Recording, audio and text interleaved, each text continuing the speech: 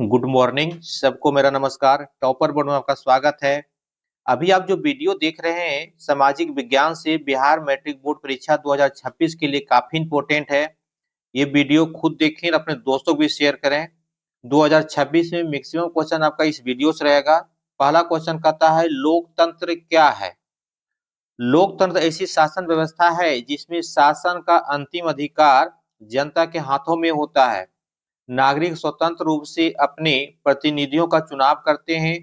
लोकतांत्रिक सरकार जनहित, समानता, न्याय और स्वतंत्रता पर आधारित होती है तथा जनता की इच्छाओं के अनुसार कार्य करती है। दूसरा क्वेश्चन, संविधान की आवश्यकता क्यों होती है। तो संविधान देश की मूल संरचना, सरकार की शक्तियों, नागरिकों के अधिकारों और कर्तव्यों को निर्धारित करता है।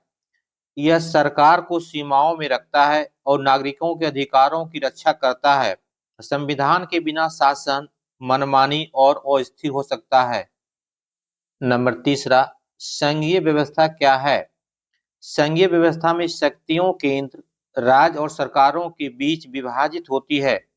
दोनों स्तर अपनी अपनी सूचनाओं के अनुसार काम करते हैं।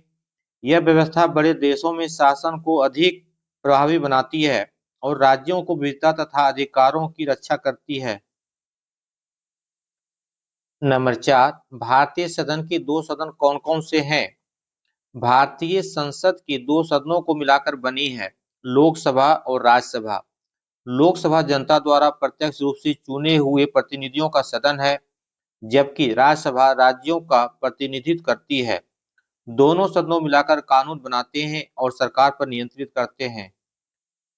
नंबर 5, मौलिक अधिकार क्या है। मौलिक अधिकार वो आवश्यक अधिकार है जो नागरिकों को स्वतंत्र, सुरक्षित और सम्मानजनक जीवन जीने की गारंटी देते हैं।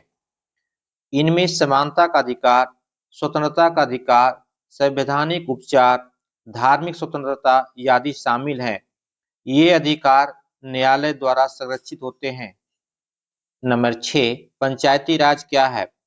पंचायती राज ग्रामीण क्षेत्रों के स्थानीय स्वशासन व्यवस्था है। इनमें ग्राम पंचायत, पंचायत समिति और जिला परिषद जैसे तीनों स्तर शामिल होते हैं। इसका उद्देश्य लोगों को स्थानीय स्तर पर निर्णय लेने की शक्ति देना और विकास कार्यों में सहभागिता बढ़ाना है।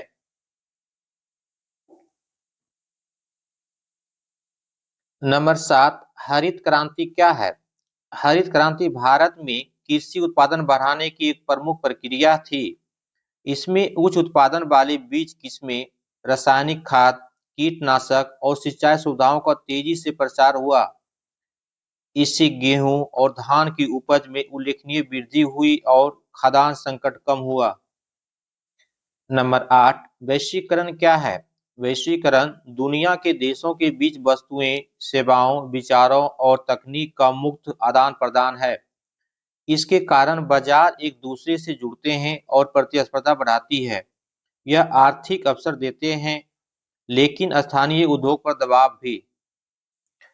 नंबर 9, संसाधन क्या है। संसाधन वे पदार्थ, वस्तुएं या गुण है जिनका उपयोग मनुष्य अपनी जरूरतों पूरा करने के लिए करता है। इनमें प्राकृतिक संसाधन, मानव संसाधन और मानव निर्मित संसाधन शामिल है। संस्थाओं का संरक्षण और संतुलित उपयोग टिकाऊ विकास के लिए आवश्यक है।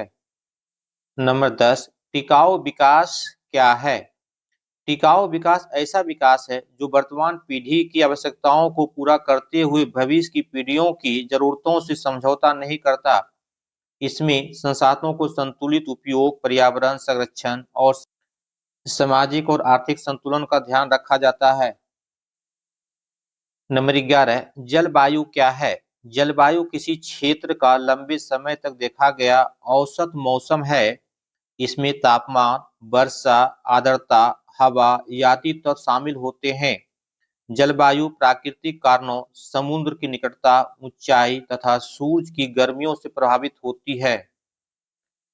नंबर 12, मानसून क्या है। मानसून मौसमी पवन प्रणाली है जो भारत में भारी वर्षा लाती है। दक्षिण पश्चिम मानसून जून में भारत में पहुंचता है और सितंबर तक वर्षा लाता है। मानसून प्राकृतिक, पेयजल और नदियों के प्रवाह का मुख्य स्रोत है।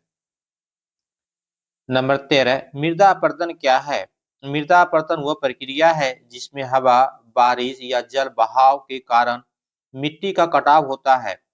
इसमें भूमि की उपजाऊ क्षमता कम होती है। रोकथाम के लिए वनीकरण, सीढ़ीनुमा खेती का कठोर हवा चलने वाले जैसे तकनीक अपनाई जाती है।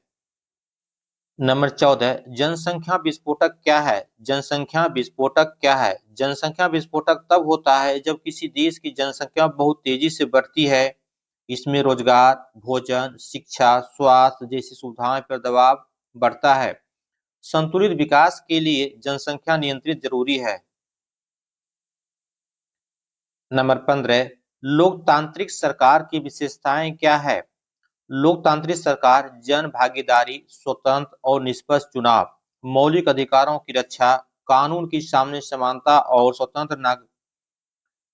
स्वतंत्र न्यायपालिका पर आधारित होती है। यह नागरिकों की इच्छा से चलती है और उनकी जवाबदेह होती है।